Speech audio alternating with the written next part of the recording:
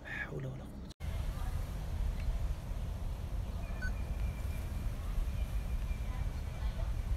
السلام عليكم ورحمة الله تعالى وبركاته.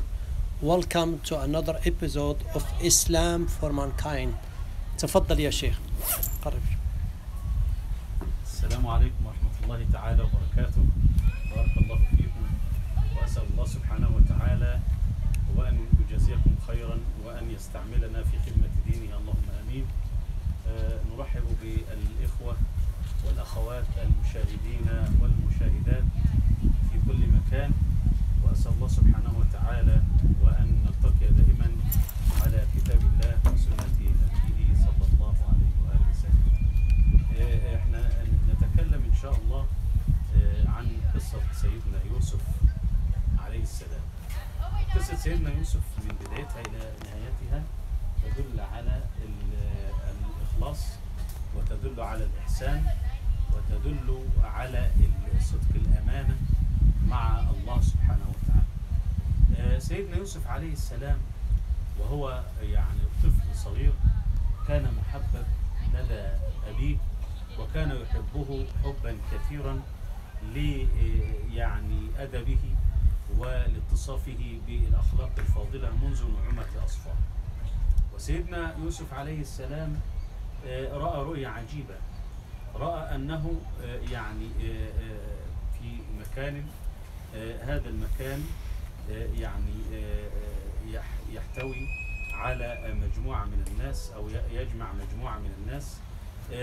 رأى 11 كوكبا والشمس والقمر، رآهم كلهم ساجدين لسيدنا يوسف. والسجود هنا معناه التحية ومعناه الإكرام وليس معناه العبادة.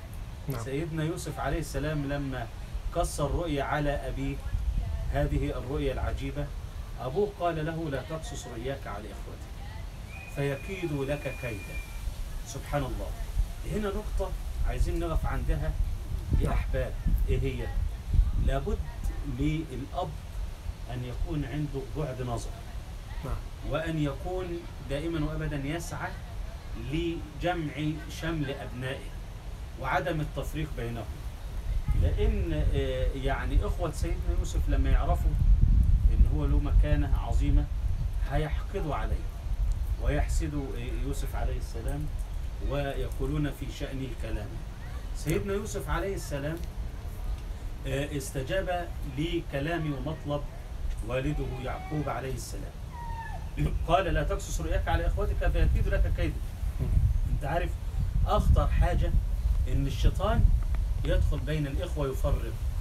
يفرق ما بين الإخوة، يعني اثنين يكونوا أخوان مع بعض، أفكارهم واحدة وتصرفاتهم واحدة، ولكن الشيطان يدخل فيما بينهم فيفرق شمل الأسرة، يفرق بين أخوين، ممكن يفرق من اثنين أصدقاء في العمل، ممكن يفرق بين الجار وجاره، ممكن يفرق بين الابن وأبيه.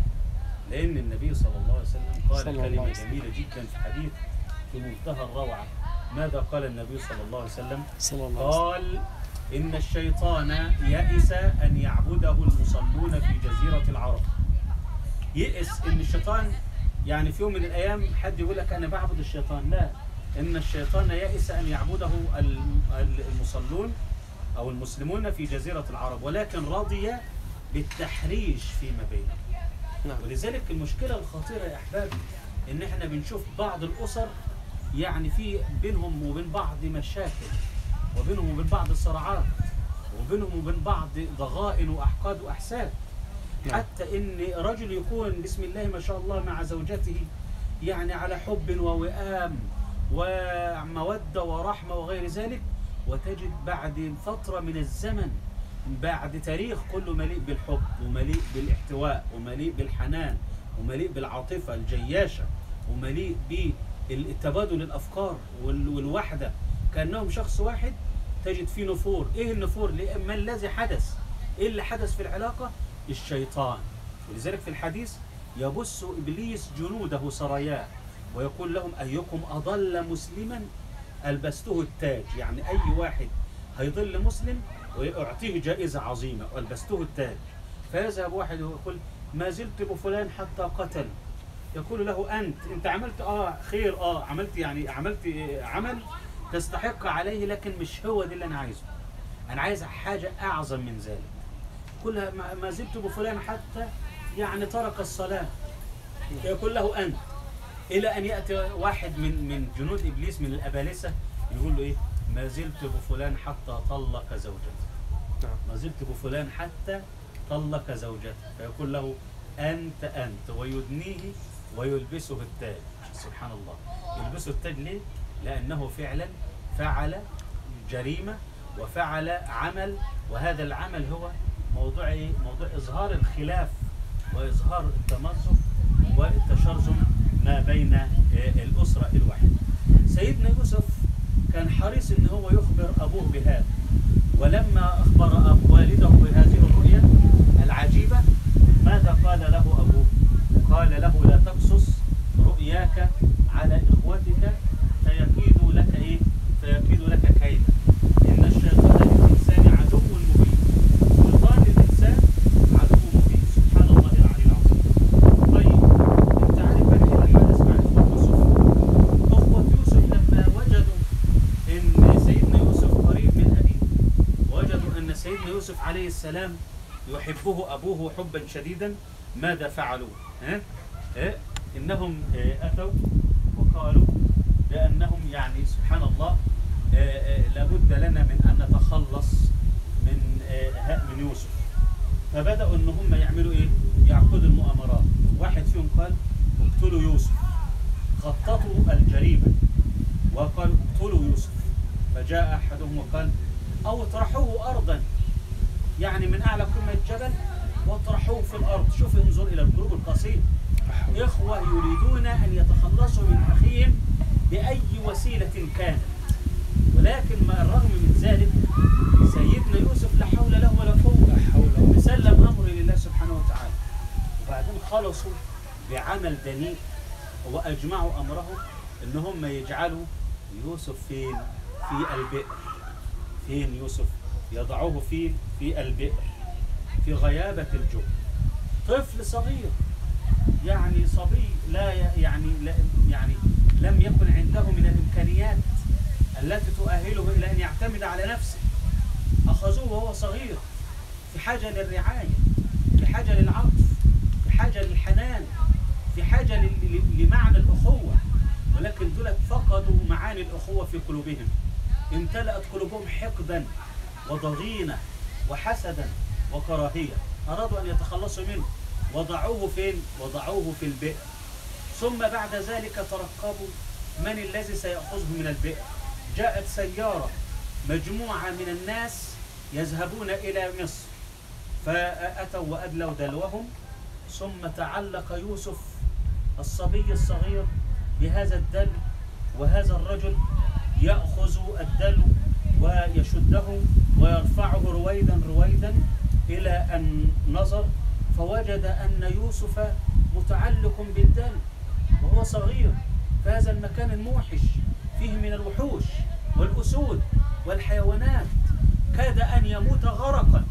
إنه في البئر، في عمق البئر. سبحان من حفظه، وسبحان من رعاه، وسبحان الله العلي العظيم الذي يعني حفظه، والذي حماه، والذي اعتنى به رغم تخلي إخوته عنه. وقال يا بشرى هذا غلام، وأسروه بضاعة. جاء إخوة يوسف وباعوا أخوهم لهؤلاء السيارة وشروه. For those who don't join us, this is Islam for Mankind, and the Sheikh is talking about the story, the beautiful story, the story of Prophet Joseph, and what he went through. When I would recommend our audience to look the story of Joseph in the Quran. It is a beautiful story that we can learn so much things from it. When the Prophet was given the vision that he saw the stars prostrating to him, and it was a sign that he will be given the trust of the revelation, and he will be given honors and so forth. So he told his father about it, and his father told him to conceal the information, not to tell his brothers, because they would be jealous of him. And indeed, when upon hearing that and seeing that how his father used to favor him because of the characters and the knowledge he used to have, so they throw him into the well, and then he was small and he almost died.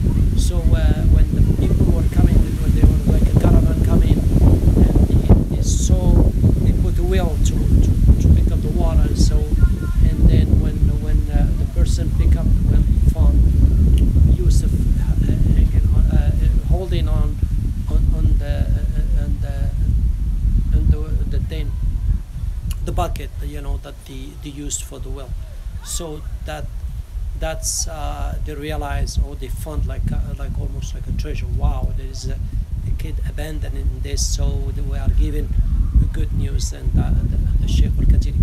أكمل يا شيخ. سبحان الله العلي العظيم. شوفوا أيها الإخوة الأحباب المشاهدين، سيدنا يوسف عليه السلام يعني إخوته تخلصوا منه بأحقر شيء وبأحقر تخطيط، جريمة محبوكة مع سبق الإصرار والترصد. أرادوا أن يتخلصوا من سيدنا يوسف عليه السلام، وبالفعل سبحان الله، الله عز وجل حفظه وهو في البئر، ثم بعد ذلك جاءوا وشروه بثمن بخس. الله أكبر. شروه بثمن بخس يعني باعوه. نعم. باعوه للناس. نعم. أخذوا دراهم معدودة. القرآن الكريم بيقول لك وشروه بثمن بخس دراهم معدودة. The brothers of Prophet Yusuf, as we said, we recommend our audience to go to the Quran and read the beautiful story of Prophet Yusuf, how he endured everything, how his own brothers were jealous of him because of the love that his father had for him, because of the knowledge he was given, and because of his good character. So, and they throw him into the well. And this is a beautiful story that we can learn how the parents, how they need to teach their kids, how the people should display mercy and should not revenge, and they should forgive, and the excellence of the Prophet Joseph, how he displays so many, the trust he was given, and how he reached the best preaching and so forth.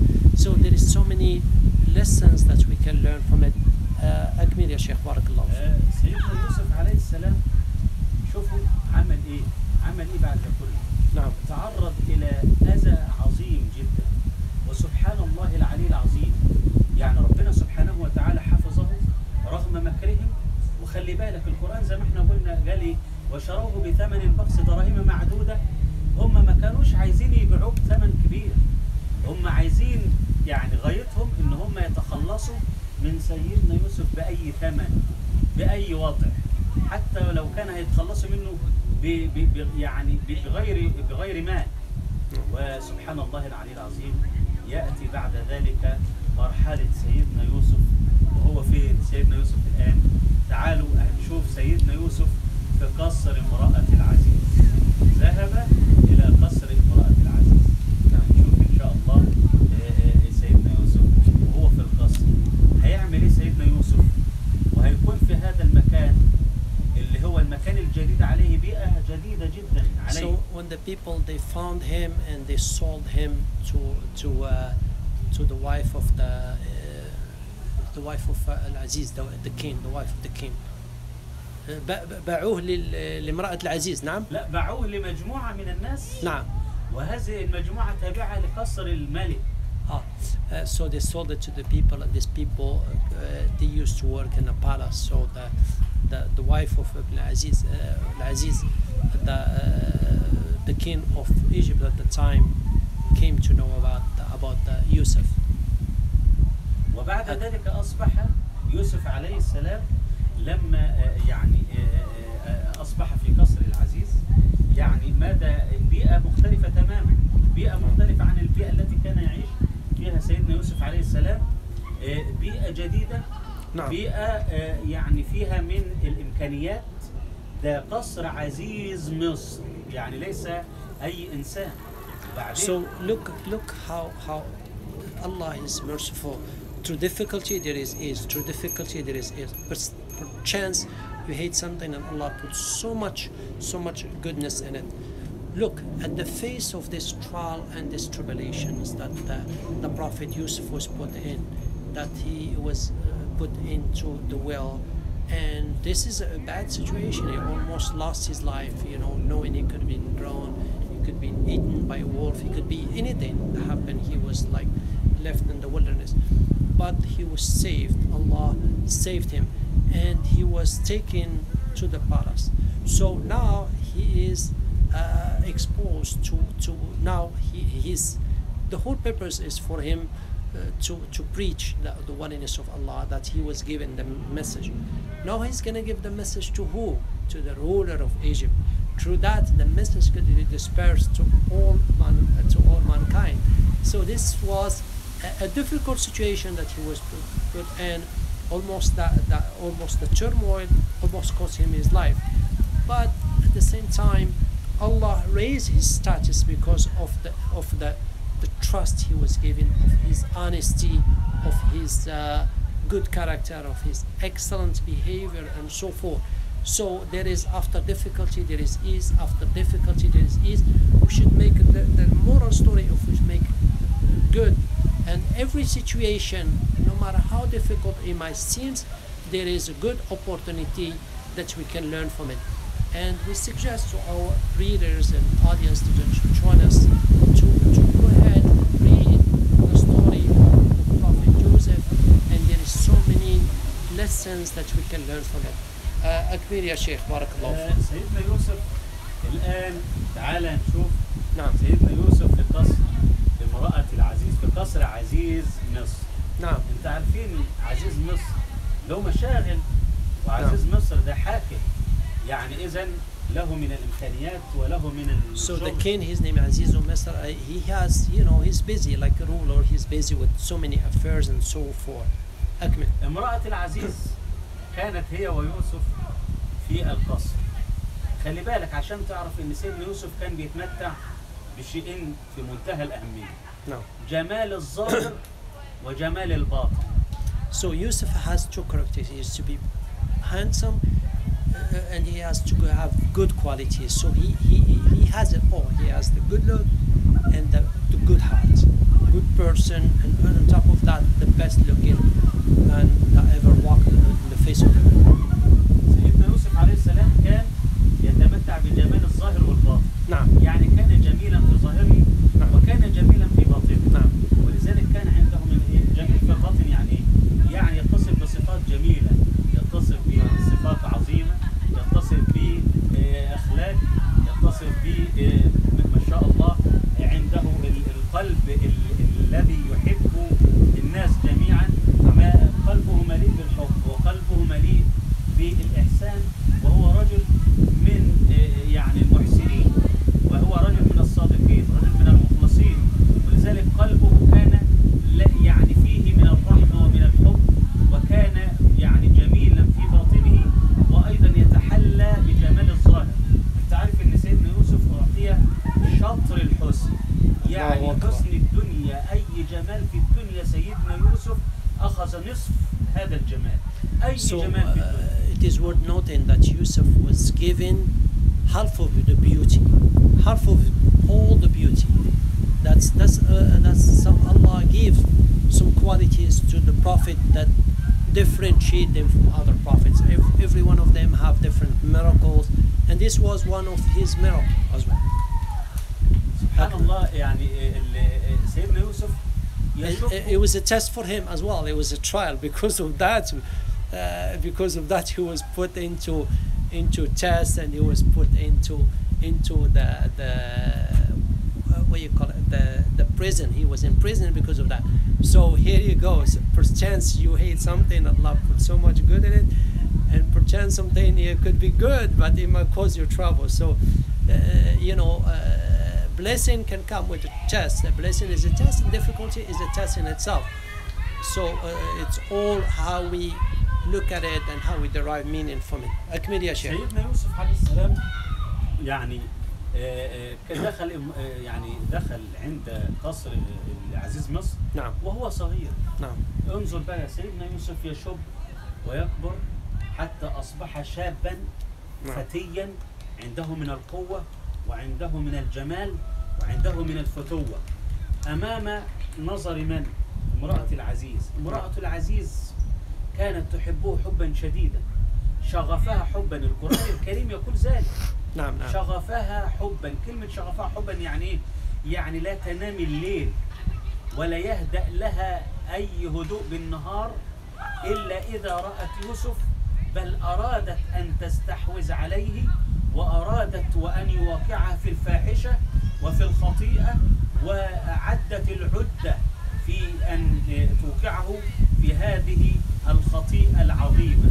سيدنا يوسف إنه في هذه الحالة عبد لا يملك شيئا، هو ملك لسيده، ليس معه من حطام الدنيا شيء، ليس معه جاه، ليس معه عزة، ليس معه منع، لكن يحمل شيئا في قلبه، يحمل التقوى، يحمل حب الله، يحمل الأمانة التي كلفه الله عز وجل بها في قلبه، ولم يمتثل لأوامر امرأة العزيز رغم الضغوطات، ورغم أنها صاحبة حسب ونسب وجمال وفاتنة، امرأة فاتنة في قصرها. ورغم ذلك سيدنا يوسف عليه السلام يستمر في تمسكه بالله عز وجل. To show you how honest, how trustworthy, how he used to lower his gaze. And the Prophet Yusuf was in the palace, and it was just him, and the king was so busy with the affairs of running the country and so forth. But he was there, and the wife of the king was there. But the Prophet Yusuf was so trustworthy, and he was so honest, and he was to lower his gaze. And although she tried to seduce him, but he refused, because he has fear of Allah, he has honesty, he have modesty, he have display some true character, some real manhood, that he preserved the honor, he preserved the trust he was given.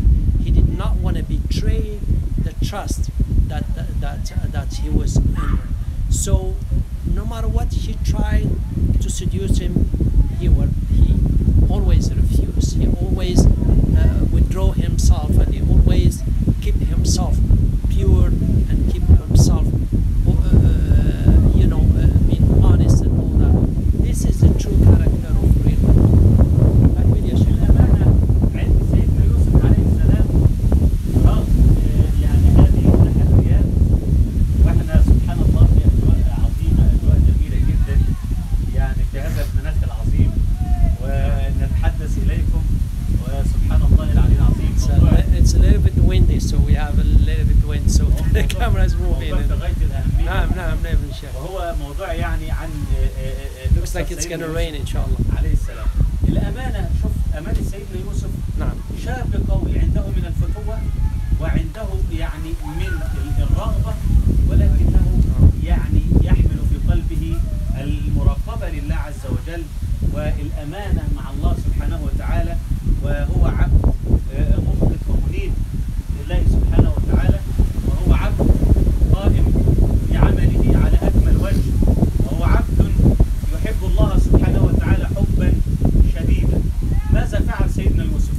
امرأة العزيز جاءت وأرادت أن تعد المؤامرة لأن تأخذ بتلابيب يوسف عليه السلام وتوقعه في الفاحشة. ماذا فعلت؟ إنها قالت للخدم الذي عندها، كأنها تقول لهم أنتم في أجازة من الآن، اذهبوا حيث شئتم، ولكن دعوني أجلس في القصر وحدي.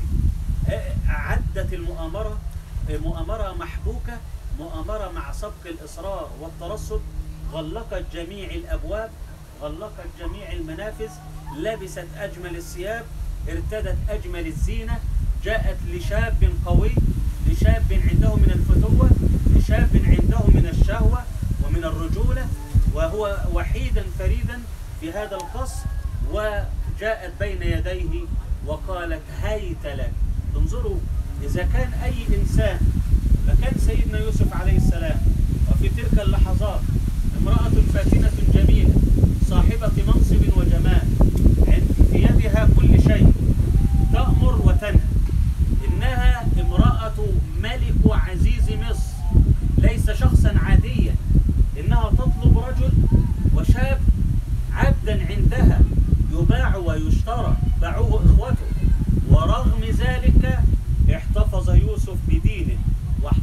بأمانته، ولما جلست بين يديه تقول هيت لك، يذهب بعيدا عنها غاضا بصره قائلا معاذ الله إنه ربي أحسن مثواي إنه لا يفلح الظالمون. همت به وجاءت خلفه مسرعة إليه تريد أن تأخذه إلى الفاحشة، حتى أنه يهرب منها ويجري منها، ثم أخذت بتلابيب ثوبه وهو يعني يريد أن يهرب منها، حتى قطع قميصه من الخلف وهي تشد به. ويأتي سيدنا يوسف عليه السلام وبقدرة الله سبحانه وتعالى يعني يستطيع الهروب منها، إلى أن يأتي الوقت الذي يأتي فيه عزيز مصر في اللحظة الحاسمة، ويأتي إليه في هذه اللحظة ويترك الباب. فماذا تفعل امرأة العزيز؟ So it's a beautiful story. Really, we suggest that our audience go and read the story of Joseph or Yusuf alayhi salam. May peace and bliss be upon him. What kind of honesty he displayed, what kind of humanity he displayed, what kind of trust he displayed, what kind of reconciliation and forgiveness he displayed. So many the trials and tribulation he went through. There is so many lessons how he dealt with it. So many things we can learn from it. When the wives came, she was there, and he was a servant because they sold him. When he was he was a servant just being in the palace. So the wife of the king, she sent all the other people away, and she locked all the palaces, the windows and everything, and she tried her intention was to seduce a prophet Joseph, may peace and blessing be upon him. And she come dressed up nicely and trying to seduce him, and but he withdrew himself, and he refused, and then he lowered his gaze. He did not want to look, he did not want to be seduced, and he was praying to Allah to save him from this situation, because she has power, she has wealth, she has status, she is beautiful and so forth, and she's trying to seduce this young person who is not married. She's trying to seduce him, but he refused to fall into the trap, and he stay honest, and he's a prophet of God. He's not going to lower himself to that, and he reserved himself, and and then at that moment, now the king came in. So upon hearing that, so the story here, the suspense here, what happened when the king knocked the door? أكمل يا شيخ. سيدنا يوسف عليه السلام قصته نعم. الأمانة، تحمل الأمانة ووقوفه عند حدود الله يحتاج منا إلى وقف. أنا بخاطب إخواني وأخواتي المسلمين والمسلمات في كل مكان، وخصوصا في بلاد الغرب وفي بلاد العرب أيضا. أخاطب الجميع: هل عندك الحياء، حياء سيدنا يوسف عليه السلام؟ هل عندك العفة، عفة سيدنا يوسف عليه السلام؟ هل عندك الإخلاص والإحسان الذي اتصف به سيدنا يوسف عليه السلام؟ هل عندك الأمانة اللي كان قائم عليها سيدنا يوسف عليه السلام؟ طب أنا هقول لك، سيدنا يوسف في نصر امرأة العزيز لم يطلع عليه أحد، يعني إن فعل الفاحشة لم يعرف بها أحد، وإن فعل الفاحشة هو غير ملام أمام الناس، لأنه ينفذ أمر سيدته وينفذ أمر امرأة العزيز ملك مصر، عزيز مصر، لكنه رفض كل هذه الأشياء واحتفظ بمبدئه واحتفظ بتقواه وبخوفه من الله سبحانه وتعالى. وخاطب الناس اللي تركوا بلادهم العربية، تركت مثلا مصر أو تركت المغرب أو تركت البلاد العربية، أي بلد عربي، وأتيت إلى هذه البلاد اللي فيها فعلا حرية وفيها فعلا يعني تتمتع فيها بجو من الحرية والاحترام، وتتمتع فيها بجو من حسن المعاملة العظيم، لكن بعض الناس يعني سبحان الله يسول له نفسه أن يخلع مع أول يوم يأتي به إلى هذه البلاد، أن يخلع دينه ويخلع أخلاقه ويتصف بعدم الحياء من الله عز وجل، ويقول أنا في بلد إذا فعلت فيها، إذا يعني فعلت جريمة مثلا زي جريمة الزنا، أو إذا تعرف على يعني إنسانة، أو إذا كلمها، أو إذا قابلها، أو لم ينكر عليه أحد، نقول له أين تقوى الله وأين إحسانك؟ لماذا لم تتصف مثلما اتصف سيدنا يوسف عليه السلام؟ رغم كل المغريات سيدنا يوسف وقف وهو عنده من التقوى والإنابة والخوف من الله عز وجل، لدرجة أنه قال معاذ الله وهرب من امرأة العزيز. هل أنت هربت من الفتن؟ إذا عرضت لك فتنة هل ممكن ستهرب منها؟ طب لو عرضت لك فتنة في العمل، طب في الشارع، إذا عرضت لك فتنة ماذا تفعل؟ هل تهرب منها؟ إذا جاءت امرأة فاتنة إليك وعرضت نفسها عليك وهيأت نفسها إليك وتزينت بين يديك، هل يكون رأيك ورد فعلك مثل رد سيدنا يوسف عليه السلام؟ معاذ الله، إنه ربي أحسن مثواي. What have we learned from the story, the beautiful story? What wisdom had we derived from the beautiful story of Prophet Yusuf alayhi salam? Have we learned anything? Have we learned how to conserve and preserve our honors? If you travel to some places and you are by yourself and so forth, and you've been seduced by someone, and you know nobody would know about it, but have you stay honest to yourself? Have you stay that there is Allah is watching over you? Although you're in private and people might not know about it, but Allah for sure can see you and can hear you. So therefore you should withdraw yourself from any situation that can jeopardize your honors. You should always stay true and stay honest to yourself and preserve the honor. This is so many lessons that we can learn from Prophet Joseph. My peace and blessing. كان في قصصهم عبرة. In their story there is a wisdom that we can derive. There's not just mere entertainment when we speak about the stories of the prophets, when we say this prophet, how he endured the insults of his people, how he endured, for example, Joseph, how he endured the jealousy of his brothers that they tried to kill him, how he dealt with it.